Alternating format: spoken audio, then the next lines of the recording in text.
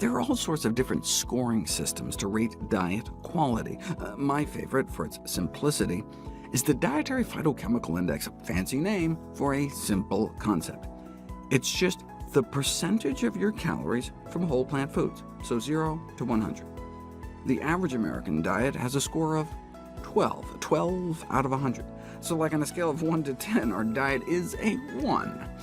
You can split people up based on how they score, and show how the higher you score, the better your metabolic markers when it comes to diabetes risk. There appears to be like this stepwise drop in insulin resistance and insulin-producing beta cell dysfunction as you eat more and more plant-based. And that highest group was only scoring about 30. Less than a third of their diet was whole plant foods, but better than the lowest, which was down around the standard American diet. No wonder. Diets centered around plants, emphasizing legumes, beans, split peas, chickpeas, and lentils, whole grains, vegetables, fruits, nuts, and seeds, and discouraging most or all animal products, are especially potent in preventing type 2 diabetes, and as a little bonus, has been associated with much lower rates of obesity, hypertension, hyperlipidemia, cardiovascular mortality, and cancer. And not just preventing type 2 diabetes, but treating it as well. A systematic review and meta-analysis found that the consumption of vegetarian diets is associated with improved blood sugar control, but how much improved? Here's one of the latest trials.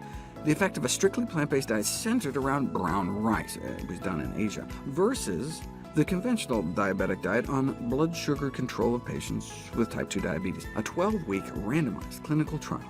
For the diabetic control diet, they set up food exchanges and calculated specific calorie and portion controls, whereas on the plant-based diet, people could eat as much as they want. That's one of the benefits. The emphasis is on food quality rather than quantity, and they still actually lost more weight. But even after controlling for the greater abdominal fat loss in the plant-based group, they still won out. Of course, it only works if you actually do it, but those that pretty much stuck to the healthier diet dropped their A1C levels 0.9%, which is what you get taking the leading diabetes drug, but of course only with good side effects. Yeah, but would it work in an underserved population? The impact of a plant-based diet support program on mitigating type 2 diabetes in San Bernardino, the poorest city of its size in California. A randomized controlled trial, but not of a plant-based diet itself, as the title suggests, but of just an education program telling people about the benefits of a plant-based diet for diabetes, and then it was up to them. And still got a significant improvement in blood sugar control. Here are the numbers. Got a little better in the control group, but way better in the plant-based instruction and support group. And more plant-based diets are not just effective in the prevention and management of diabetes, but also its complications. Check this out. One of the most devastating complications of diabetes is kidney failure. This shows the decline in kidney function in 8 diabetics in the 1 or 2 years before switching their diets. They all showed this steady, inexorable decline on a fast track to complete kidney failure and dialysis. But then they switched to a special supplemented vegan diet, and their kidney decline was stopped in its tracks. Imagine if they had switched a year or two earlier. Most diabetics don't actually end up on dialysis, though, because they die first. Cardiovascular disease is the major cause of premature mortality among diabetics.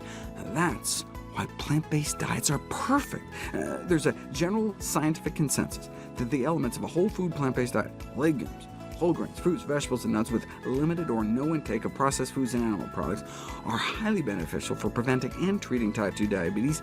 Equally important, plant-based diets address the bigger picture by simultaneously treating cardiovascular disease, our #1 killer, along with obesity, high blood pressure, lowering inflammation, and we can throw cancer into the mix too, our #2 killer.